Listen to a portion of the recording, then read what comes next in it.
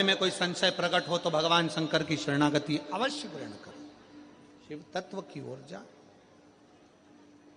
कहा देव ऋषि नारद पहुंचे।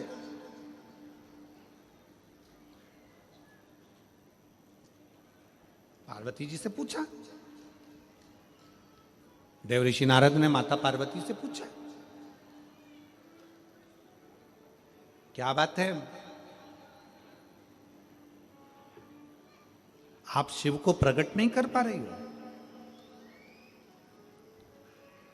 आप शंकर को प्रकट नहीं कर पा रही हो, क्या बात है?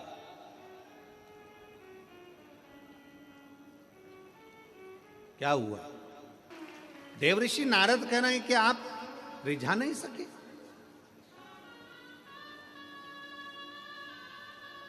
क्या करूं मैं, आप बताओ नारद जी। नारद जी ने कहा, शंकर भगवान की समाधि को तोड़ना सरल नहीं है, कामदेव से विनय करो कि कामदेव जाकर समाधि को तोड़े।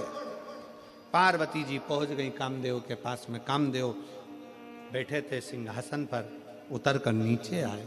पार्वती जी को देखकर कहा कि क्या चाहती हो आप? मैं हिमालय की बेटी हूं, गंगा मेरी बहन है,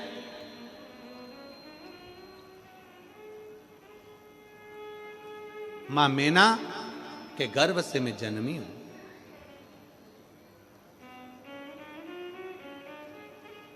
पितरों की मैं नाती हूं।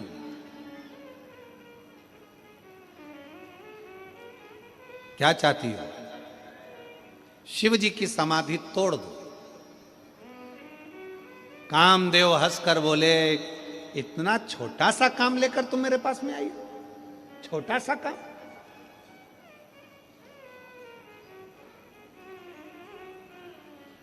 इतना छोटा सा काम लेकर मेरे पास में आई हो कि शंकर जी की समाधि तोड़ दो? शिव जी की समाधि तो मेरे एक चुटकी से तोड़ सकता हूं। अहंकार था कामदेव का, अभिमान, अभिमत्ता। और फिर निवेदन है, बहुत सावधानी से कथा सुनिएगा। कई लोग कहते हैं कि कामदेव ने शंकर जी की समाधि तोड़ दी थी, पर ध्यान लगाकर सुनना, जरा सावधानी से कथा सुनना। कामदेव कौन है? रति का पति। शिव जी कौन है? सती के पति। कामदेव और शंकर जी का संबंध कौन सा है? जम के बोलो जरा। साड़ू भाई का। तुम्हारा साड़ू भाई तुम्हारे दरवाजे पर आता है, तुम क्या खटिया पे सोते रहते हो? जम के बोलो जरा। आंख बंद करके बैठ जाते हो? नहीं। साड़ू भाई आया तो पत्नी खुद कह देती है, बैठ नहीं सकते, मेरी बहन का पति आया है। उठ के बैठो, सही बैठो, मेरी बहन का पति आया, जीजा जी आए। उठो उठो उठो जल्दी। पति को उठ के बैठना पड़ता है। शंकर भगवान से जोरदार कोई संबंध नहीं निभा सकता, शिव जी से अच्छा रिश्ता दुनिया में कोई नहीं निभा सकता। शंकर भगवान अच्छे से अच्छा रिश्ता निभाते हैं। कामदेव आया, कामदेव पधारे, तीक्ष्ण तीक्ष्ण बाण चलने लगे।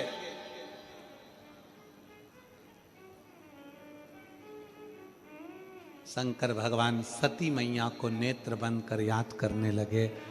एक बार पहले कामदेव आया था तो सती ने मुझे जगा कर कहा था, ये मेरी बहन का पति है, रिश्तेदारों को नहीं देखोगे तो किसको देखोगे? तो उस समय पर मैं नहीं देख पाया। अब मेरी पत्नी सती चली गई है, कम से कम मेरा फर्ज बनता है कि अपने साड़ू भाई को अच्छे से देख लूं। शंकर जी ने तो अच्छे से देखा था, अब वो जल गया तो शिव जी की क्या गलती है?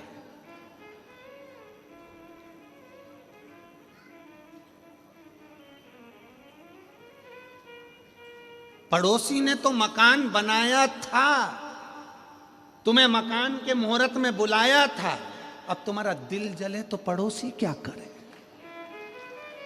उसमें पड़ोसी करे क्या? उसने तो मकान बनाया, तुम्हें बुलाया। नहीं बुलाता तो तुम्हें बुरा लग जाता कि मकान का मुहूर्त करा हमको नहीं बुलाया, मकान का मुहूर्त करा हमको नहीं बुलाया, गाड़ी ली हमको नहीं दिखाई, तो उसने गाड़ी ले जाके तुम्हारे दरवाजे पे खड़ी कर दी कि देखो भैया गाड़ी ली है। अब तुम्हारा हृदय जले तो मैं क्या करूं?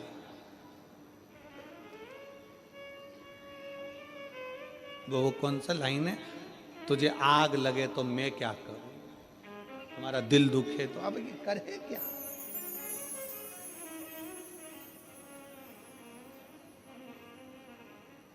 शिव जी ने संबंध निभाया। पार्वती जी बोली कि शंकर भगवान की समाधि तोड़ना है। कामदेव कहता है अब भी तोड़ दूं, एक चुटकी में समाधि तोड़ सकता हूं। पार्वती जी मन में जान ली कि ये अहंकार है, इसका अहंकार के शब्द हैं इसके, अभिमान। और मेरे भोले बाबा को अभिमान नहीं सुहाता, मेरे शंकर को अभिमान नहीं सुहाता ही नहीं। जिसने अभिमान छोड़ दिया शिव उसका हो गया।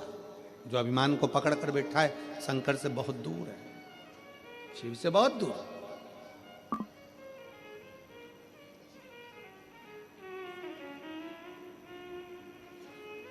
हो ही नहीं सकता। पार्वती मैया ने कहा कि क्या आप शंकर जी की समाधि को तोड़ सकते हो? कामदेव बोलने लगे तोड़ सकता हूं। तोड़ सकते हो तो चलो। कामदेव चले। आम के पल्लव में, आम के वृक्ष के पत्तों के भीतर कामदेव छुपकर बैठ गए।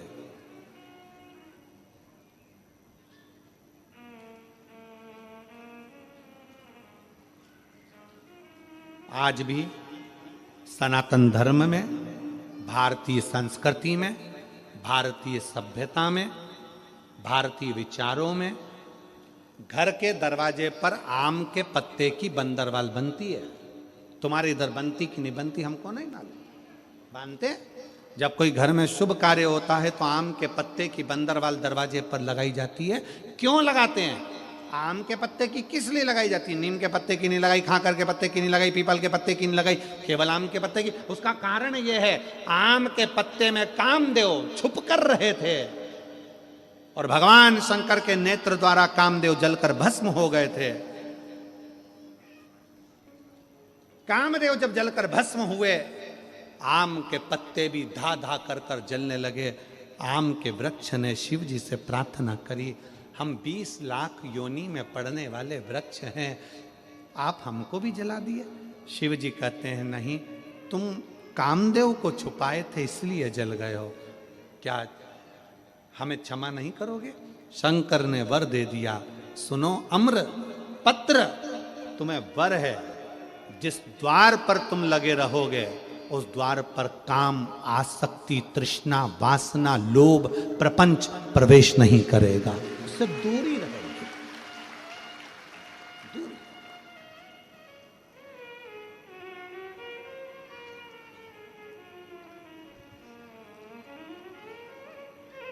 अपने खोट, अपने प्रपंच, अपने छल, अपना दुख, अपनी तकलीफ शिव को दो। वो तुम्हारे यहाँ पर एक छत्तीसगढ़ में एक उत्सव होता है, 13 जनवरी को है छेरा। एक उत्सव होता है छत्तीसगढ़ में, छेरा माई कोठी के धान ला हेरा हेरा,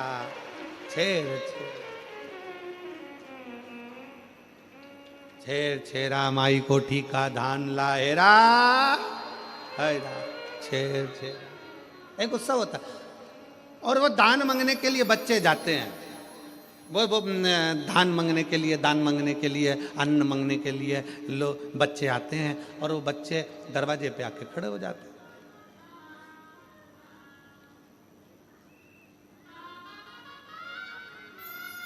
और मान लो वो बच्चे मांगने आए और जब तक दरवाजा खोलकर तुम दान नहीं देते वो जाते ही नहीं, खड़े रहते, बोलते रहते, छेरा माई कोठी के धान ला हेरा हेरा, चिल्ला, फिर चिल्लाते, अरन बरन को दो धरन, जब बे देवे तब बे टरन, खड़े हुए, जब बे देवे तब बेटरन, जब तक नींद है तब तक नीटरन। और टरे ही ना। बस मेरे शंकर भी ऐसे ही हैं। शिव जी भी कहते हैं अरन बरन को दरन, और जब देवे अपने भीतर का अहंकार, काम, आसक्ति, लोभ, तृष्णा, वासना सब दे दो, तब मेरा शिव जी कहते हैं तब मैं डरता हूं, ऐसे जाता ही नहीं, जाऊं नहीं तुम्हारे लिए। और छेरा का जो फंक्शन है, जो सब है, मेरा निवेदन है वो केवल धान लेने के लिए, अन्न लेने के लिए नहीं है। धान अन्न लेने के लिए तो बच्चे तुम्हारे दरवाजे पर आते हैं। 13 जनवरी छेरा पर हम भी तुम्हारे दरवाजे पर तुम्हारी बुराइयां मांगने के लिए पहुंच जाएंगे कि दे देना।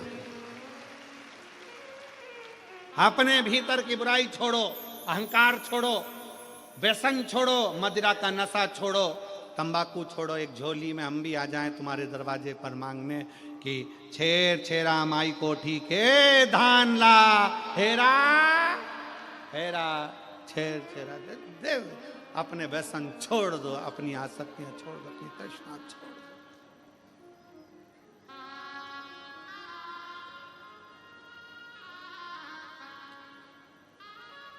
उसके द्वारा शिव तत्व देवर्षि नारद ने पार्वती जी से कह दिया।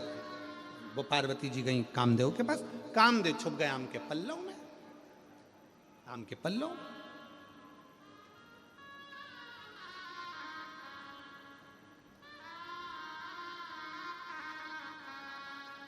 और जब आम के पल्लों में छुपे कामदेव, शिव जी जानते थे कि यह कामदेव मेरी समाधि तोड़ने आया है, इसके अंदर अहंकार इतना है। समाधि में तोड़ दूंगा, नेत्र खोल देता हूं। 2 नेत्र खोल देते शंकर भगवान, मना नहीं था, कामदेव समाधि टूट जाती। पर कामदेव को भस्म इसलिए करा क्योंकि इसके अंदर अहंकार समाहित हो गया, अभिमान आ गया।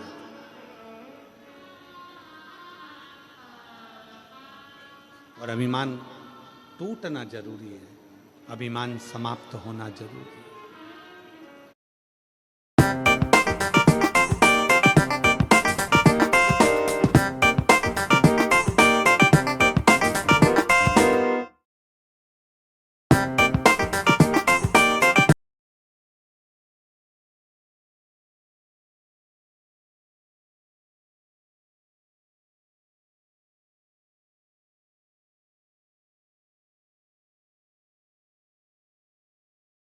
शिव कथा कर रही है, भगवान शंकर का तत्व है।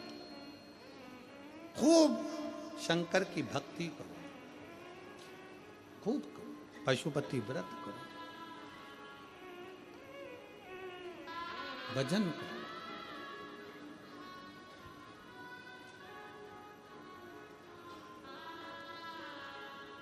और धीमा बजाओ भोलानाथ डमरू, धीमा बजाओ, धीमा बजाओ भोलानाथ डमरू, धीमा बजाओ, धीमा बजाओ बाबा, धीमा बजाओ, धीमा बजाओ भोला, धीमा बजाओ, धीमा बजाओ बाबा, धीमा बजाओ,